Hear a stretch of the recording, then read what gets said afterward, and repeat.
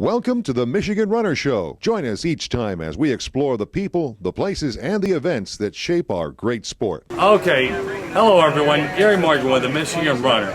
We're up here at the Kahneman Falls State Park, the finish area, for the Two-Hearted Trail Run that consists of a half marathon, marathon, and 50K. And we have the race director, Jeff Crumbaugh, who has a long and storied history here with the Michigan Runner and Michigan running races. So, you told me that you were on the first cover of the Michigan Runner. And so can you tell us how that all kind of evolved? Yeah, the spring of 1979, my senior year in high school, my buddies and I, we'd go to races every weekend, and there was a 10K race in Clare. We heard Herb Lindsay was going to be there, our hero, and so we all went up and ran, told the starting line with Herb, and ran that race. I think he ran 28, 29 and change, and we were like 5 minutes behind that. But after that, we would get the Michigan Runner, circle the races, and then every weekend during the summer, that's what we would do. We'd hop in the car, drive to races, and that was our summer recreation and summer entertainment. And you ran at St. Louis High School for high school.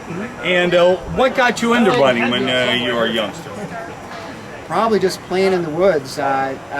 We had these woods where I grew up, and I used to run through the woods, hop over creeks, long distances. It was just a fun thing to do.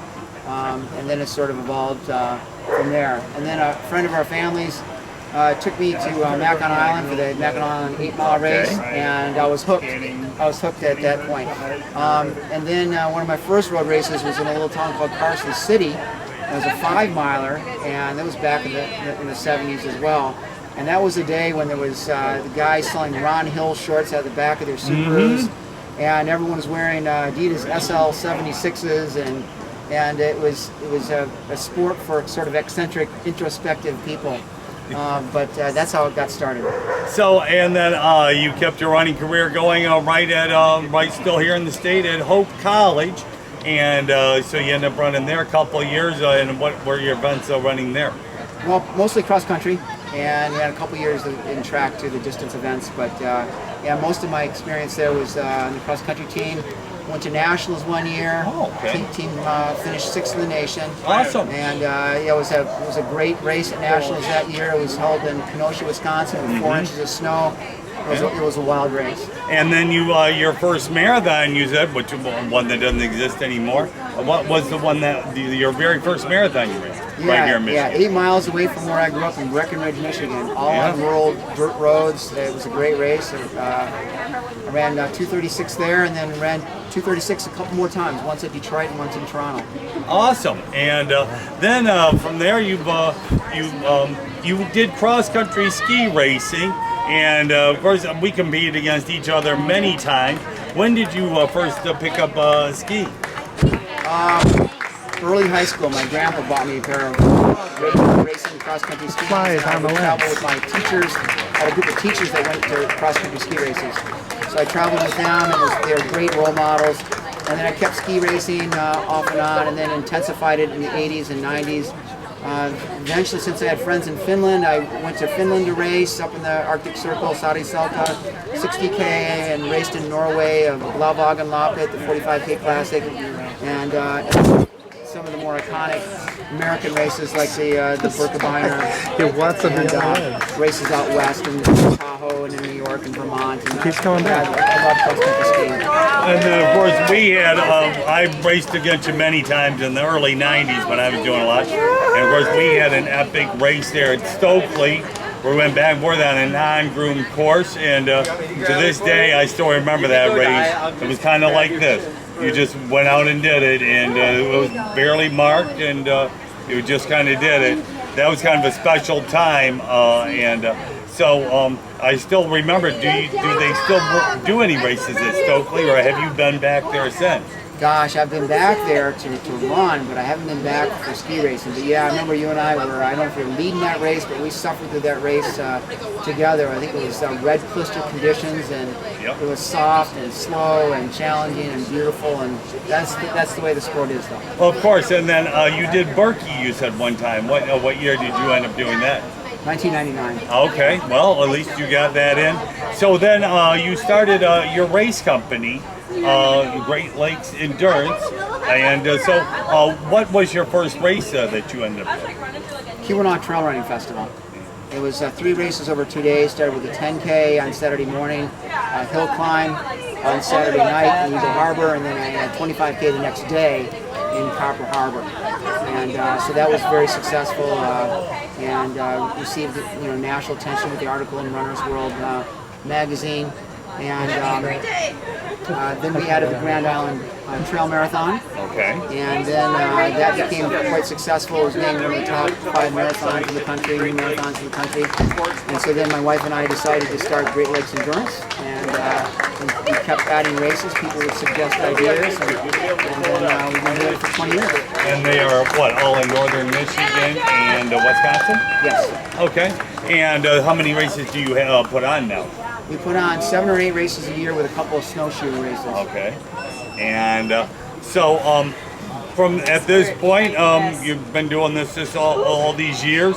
Do you have any future goals of anything you'd like to still do in this sport? It could be anything. What are you looking forward to doing as a future goal?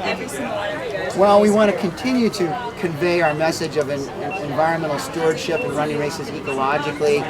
And back in 2008, we received a couple of national awards for our effort in that regard through Trail Runner Magazine and Runner's World.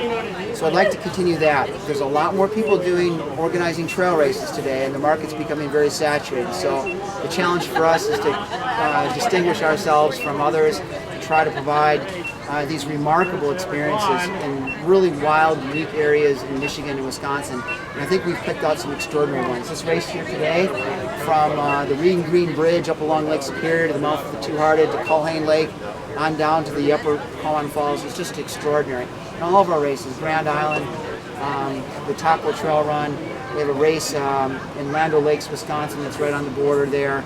It just goes past 7 wilderness lakes. We have some really remarkable places, so we really want to continue to convey that idea.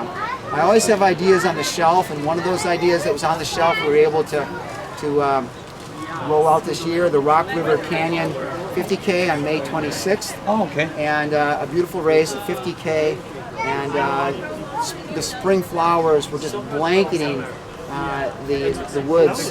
The trail was a ribbon to the pink and white flowers. It was a gorgeous race. So hopefully that race will grow. Awesome. As well. Well, that's great. Well, you have some unique places, and of course, northern Michigan up here in the UP and Wisconsin are unique places that not a lot of people get to. And this is one of the first times I've ever run one of your races. But running along Lake Superior today was absolutely spectacular. And that's the main reason I came up here, just to see how beautiful it is and being on that North Country Trail.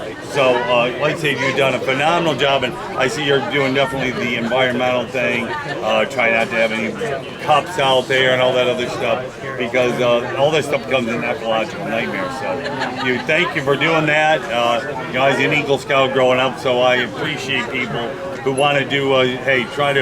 We got to all live here environmental. We got to coexist with the environment. So thank you for doing everything, and you've had a great career of racing and directing, and we definitely appreciate it, Michigan Runner, and so do all the runners who run your races now. I see you get a lot of people come up, congratulate you, and thank you for putting on a great event, all these events you do here in northern Michigan and Wisconsin. Well, I appreciate it, and I just want to give special thanks to my wife, Lois Brissette. She's the other half of the team, and a lot of the really special aspects of the company, including designing our turtle logo that you see on the back of our shirts and everywhere else. She designed that logo, and there's a lot of the spirit behind the company Great Lakes Endurance too. So I want to thank her and thank the folks at Michigan Runner. Thanks. Okay, well, thank you for everything. Continue on with it, and you'll definitely get runners to keep coming to your races. Gary Morgan with the Michigan Runner.